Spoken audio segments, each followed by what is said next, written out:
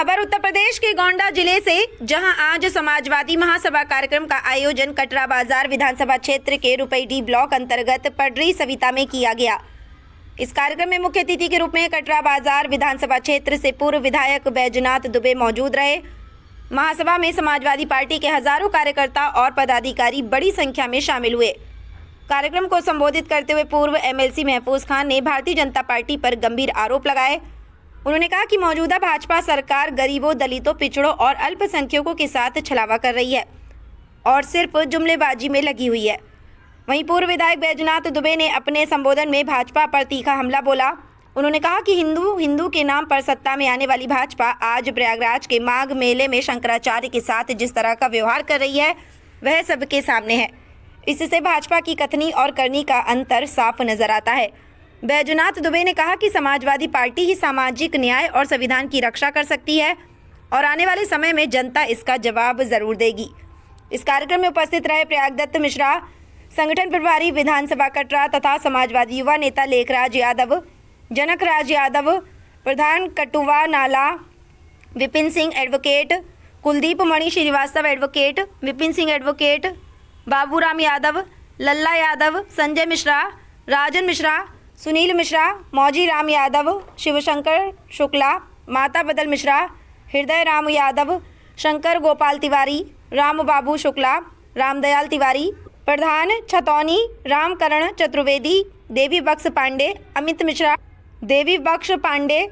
मिश्रा, सुरेंद्र प्रेमी, शिवराज पाठक, सुधाकर मिश्रा, पंडित जयप्रकाश मिश्रा, शिवराज पाठक, शंकर दयाल तिवारी, मुन्ना शुक्ला, बड़े भैया राम, बुजारत दीक्षित, लाल पंडित, दुर्गेश पंडित, रामदेव तिवारी, प्रधान दुबे, बद्रीनाथ तिवारी, संतोष तिवारी, ब्रजेश पांडे, अशोक दीक्षित चाचा, शनि श्रीवास्तव सहित सैकड़ों कार्यकर्ता एवं देवतुल्य ग्रामवासी एवं क्षेत्रवासीगण मौजूद रहे।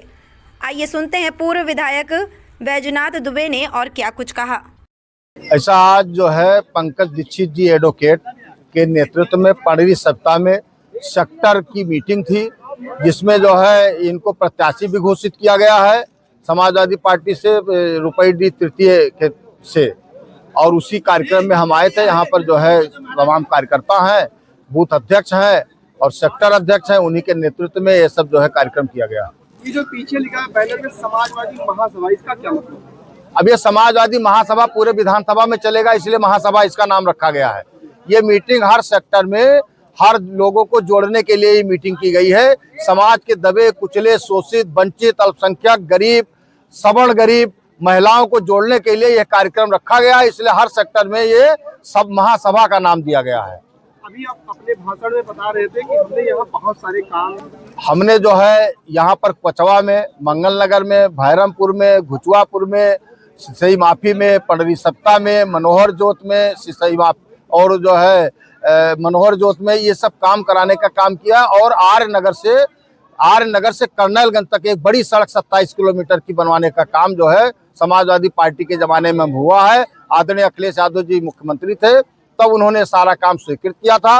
और कुछ कामों पर जो है सड़कें खराब है, उसको बावन सिंह द्वेष भावना से उसका रिपेयर नहीं करा रहे हैं।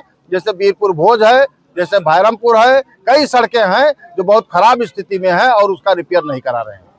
बावन सिंह आज हिंदू सम्मेलन करो, वो डर के मारे हिंदू सम्मेलन करा रहे हैं। जब उनकी पार्टी है भारतीय जनता पार्टी, तो उसमें हिंदू जो है कहीं जा रहा है, जो हिंदू सम्मेलन करा रहे हैं वो फर्जी हिंदू सम्मेलन करा रहे हैं, क्योंकि उनको डर है। शंकराचार्य भी खिलाफ हो गए हैं, वहाँ पर बड़ी दिक्कत है। और हमारे क्षेत्र के जो पिछड़े और दलित समुदाय के लोग थे, जो पिछली बार भारतीय जनता पार्टी को वोट किए थे, अब की बार वो जो है उनका जनाधार खिसक रहा है, वो समाजवादी पार्टी की तरफ से जुड़ गए हैं। और इसीलिए समाजवादी पार्टी उत्तर प्रदेश में 37 सीट जीती है। वही घबराहट है भारतीय जनता पार्टी के पूरे उत्तर प्रदेश में।